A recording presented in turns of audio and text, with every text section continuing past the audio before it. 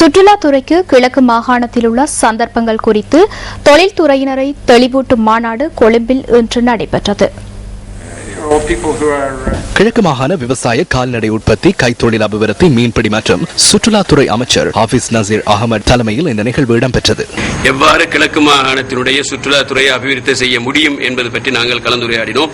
சுற்றுலாத்துறைக்கு வருகின்ற அந்த எண்ணிக்கையை எவ்வாறு கூட்டுவது, இந்த கலந்துரையாடலின் மூலமாக நாங்கள் ஒரு கமிட்டி ஒன்று அதன் இன்று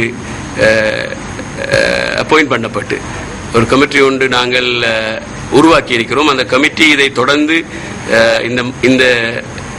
இதை அபிவிருத்தி செய்வது எவ்வாறு என்பது பற்றி ஒரு 3 மாத காலத்துக்குள் ஒரு ரிப்போர்ட்டை தயாரித்து அதன் மூலமாக நாங்கள் கிழக்கு மாகாணத்தில் இந்த நாட்டில் உள்ள அனைத்து மாகாணங்களுக்கும் மாத்திரமல்ல வெளிநாடுகளுக்கும் எவ்வாறு இந்த கிழக்கு மாகாணத்தை நாங்கள் சுற்றுலாத்துறையில் அபிவிருத்தி செய்வது, மார்க்கெட் எவ்வாறு பண்ணுவது என்பதை பற்றியான தீர்மானத்தை 3 மாதத்துக்குள் எடுத்து அதற்கான நடவடிக்கையில் கிழக்கு மாகாண சபையும் எங்களுடைய அமைச்சு அதில் முக்கிய பங்கெடுத்து கிழக்கு மாகாணத்தில் சுற்றுலாத்துறையை அபிவிருத்தி செய்வது சம்பந்தமாக ஒரு தீர்க்கமான முடிவை எடுத்து அதற்கான முன்னேற்பாடுகளை நாங்கள் எடுத்துச் செல்ல இருக்கிறோம்.